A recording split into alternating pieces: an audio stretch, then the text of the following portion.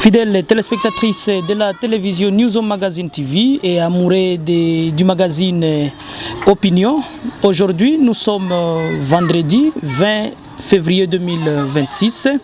Nous avons le plaisir d'être encore une fois de plus devant vous pour vous expliquer un peu par rapport au 20e anniversaire de la Constitution de la RDC et pour en parler dans votre émission de tous les jours et à partir du mercredi et vendredi, nous avons le réel plaisir de rencontrer pour vous un notable, un acteur sociopolitique de la ville d'Uvira avec qui nous allons échanger. Il va nous donner son avis par rapport à la Constitution et est-ce que c'est important de la réviser comme a été une tentative à maintes reprises. Est-ce que la Constitution en soi, elle envisagerait peut-être des lacunes en fait qu'elle soit révisée? Si oui, il va nous en dire plus et sinon, il va nous dire pourquoi. Eh bien, sans pour autant perdre le temps, je suis Olivier Ramazani Alvin, avec qui vous avez toujours participé ensemble dans cette émission. Mais avant de continuer, nous vous inviterons, fidèles téléspectateurs, à vous abonner à notre chaîne YouTube, afin d'espérer ne rien rater chaque fois qu'il s'agirait de cette émission. Monsieur, bonjour. Bonjour, chers journalistes. Vous pouvez vous présenter? Oui, je suis Célé Marega Marcelin, un acteur politique et social de la ville et territoire d'Uvira. Oui. Célé Marega Marcelin, et je sais bien que la plupart des gens d'Uvira ont une idée sur ce que vous êtes, mais ils ne savent pas en profondeur qui est Célé Marega Marcelin. Monsieur, qui est Célé Marega Marcelin en titre descriptif? Merci beaucoup. Je suis d'abord un enseignant. Je suis un enseignant. Je suis coordonnateur d'une grande organisation de défense des droits humains qui se dénomme les Leaders Unis pour le changement de mentalité et le développement. Je suis également le porte-parole du parti politique Ensemble pour la République en ville et territoire d'Uvira. Voilà en bref une petite présentation par rapport à Célé Marega Marcelin. Célé Marega Marcelin, acteur sociopolitique au compte des Ensemble pour la République. Fidèles téléspectateurs, c'est avec cet acteur politique majeur d'Uvira que nous allons devoir patauger un peu par rapport à la Constitution de la République démocratique du Congo, qui d'ailleurs a fêté depuis avant-hier son 20e anniversaire, c'est-à-dire depuis la mise en place de cette constitution de la RDC. Et aujourd'hui, c'est d'ailleurs, je vous informe, je vous rappelle que c'est la constitution de 2006, n'est-ce pas, monsieur Célé Marega? Effectivement, la constitution que nous sommes en train de faire sa lecture aujourd'hui, c'est la constitution qui a été promulguée par l'ancien président de la République, et bien entendu, M. Kabila Kabange Joseph. C'était le 18 février 2006. Le 18 février 2006, le 18 février 2026, et cela fait maintenant 20 ans depuis que la Constitution de la République démocratique du Congo a été mise en place par l'élite intellectuelle congolaise. Voilà, certains les qualifient d'une constitution étrangère. Alors, nous aurons beaucoup plus de détails dans cette émission. Monsieur Célé Marega Marcelin, avant d'entamer ou d'entrer dans le vif de notre sujet du jour, si vous pouvez faire un petit bilan par rapport à la situation socio-sécuritaire de la RDC, mais également du Sud Kivu et plus particulièrement d'Uvira. Merci beaucoup pour cette une fois de parole. Je pense que ce que nous sommes en train de vivre, c'est prévisible. La situation socio-politique sécuritaire en RDC est catastrophique. Catastrophique et pourquoi? C'est parce que les gens sont en train de vivre dans la misère. Les gens sont dans l'insécurité grandissante. Et la situation politique, peut-être, ça ne va pas. Vous savez, vous êtes journaliste, vous êtes informé comme moi. Au Congo, quand vous êtes opposant, vous subissez des chasses à la sorcière. Vous subissez des menaces. Vous subissez tout ce qui est du mal et des mauvais traitements. Et donc, cela fait à ce que la politique congolaise ne soit pas stable. Même il y a ce que nous pouvons dénoncer devant votre micro et votre caméra. Il y a ce qu'on appelle les ingérences institutionnelles. Donc, une institution qui veut être au-dessus de toutes les institutions. Et pourtant, selon les principes, les institutions de la République démocratique du Congo sont indépendantes. Donc, une institution ne dépend pas de l'autre. Mais nous sommes en train de le constater que dans ces pays, il y a une institution qui veut être au-dessus de toutes les institutions là-bas. Il donne des injonctions aux autres institutions, ce qui n'est pas prévu par cette constitution que nous allons déclarer tout de suite là-bas. Et donc, d'une manière sécuritaire, vous avez toujours entendu qu'au Nord Kivu, au Sud Kivu, à Ituri, il y a toujours crépitement de balles presque 10 jours au lendemain. Les gens sont en train de mourir 10 jours au jour. Et donc, des massacres, des tueries, des assassinats ciblés, des enlèvements, tout ça, tout ça. Donc, ça fait assez que nous disions que le pays est en train de subir une situation catastrophique sur le plan sécuritaire. Et sur le plan social, nous pouvons dire qu'ici, à Uvira, dans la province du Sud Kivu, ça ne va pas. Pourquoi? Parce que les produits de première nécessité, donc ce qui peut faire que les gens vivent en beauté, ne sont pas retrouvables. Et là, c'est consécutif à la fermeture, bien entendu, de la frontière du Burundi et de la RDC. Bon, vous savez, les gens de Uvira s'approvisionnent surtout dans ces produits là-bas. C'est lorsqu'ils traversent la frontière, aller au Burundi, ils importent ces produits du Burundi, on les amène ici à Uvira, et ça fait que les Ouvirons puissent vivre mieux. Et c'est là, si les Ouvirons vivent mieux, ça peut faire que les gens qui sont à Bukavu, les gens qui sont à Calais, les gens qui sont autre part là-bas, vivent aussi bien parce qu'ils s'approvisionnent aussi à travers Uvira et les produits qui proviennent du Burundi. Et donc, d'une manière synthétique, la situation socio-politique et sécuritaire en RDC n'est pas bonne. Cela fait que la population vive dans une misère extrême. La situation sociopolitique en RDC n'est pas bonne. Cela fait à ce que la population vive dans une misère extrême.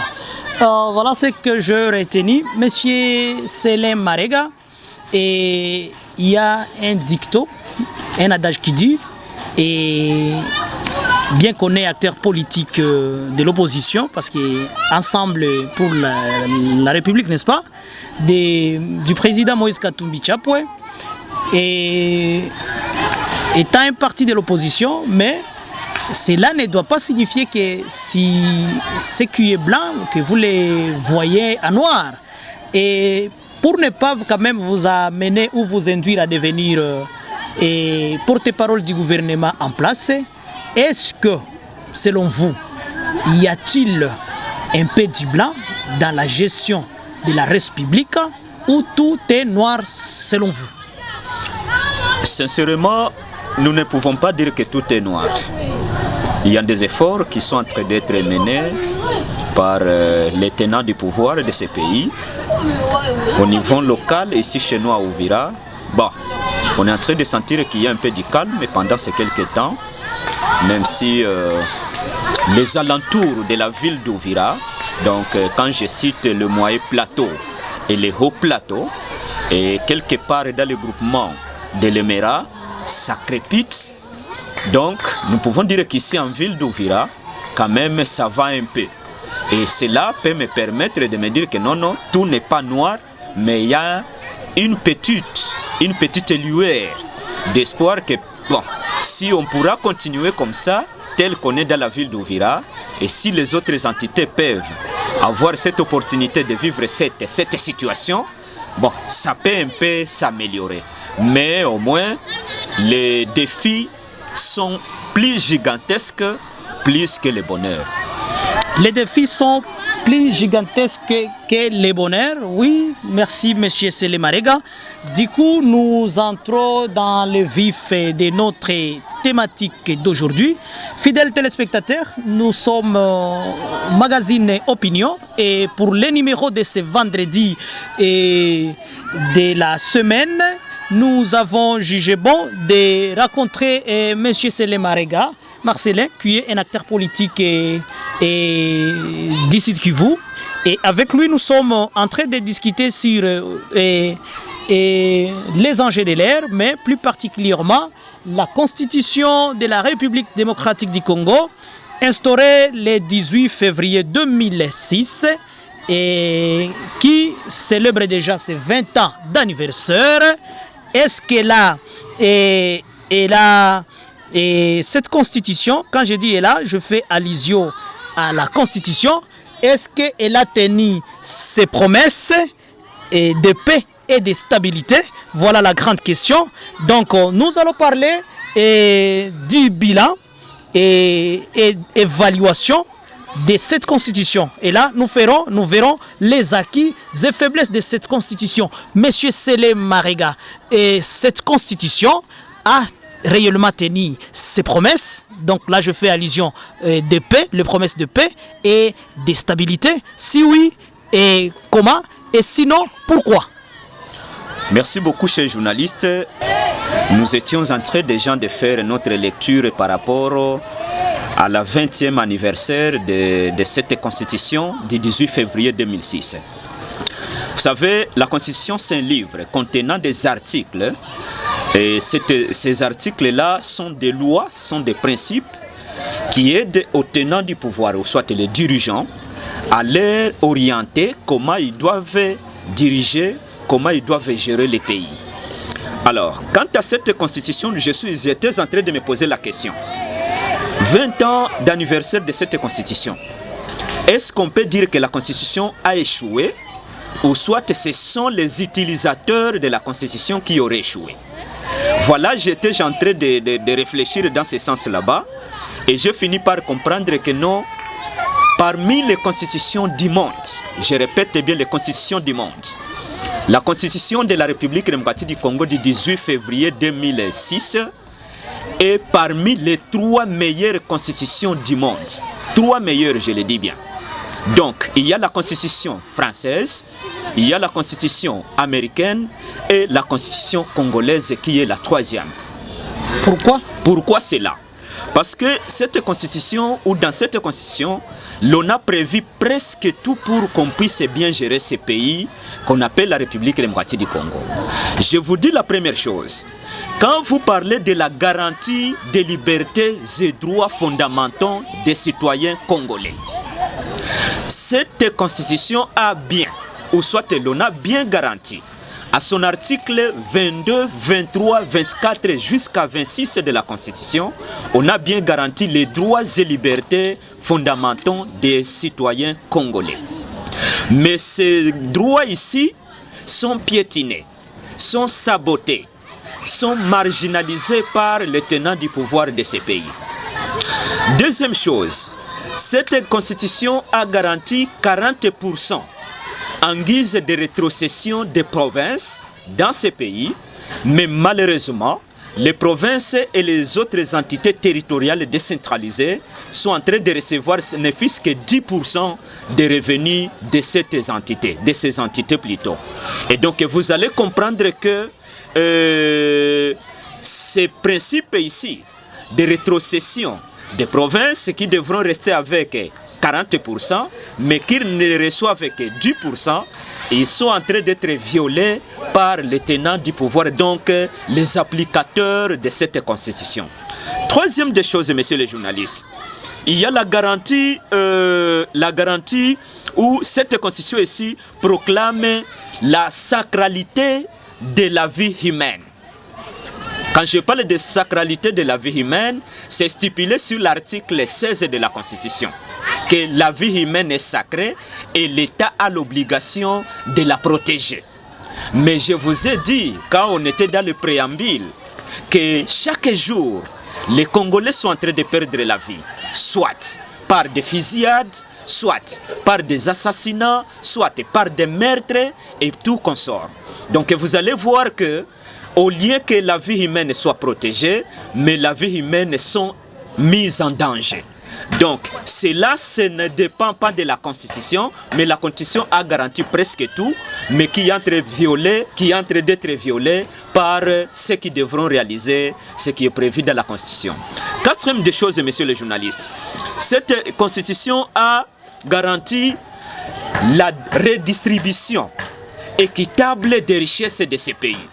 Et cela est prévu à l'article 58 de la Constitution. Quand vous lisez l'article 58, vous allez trouver ce que j'ai dit ici.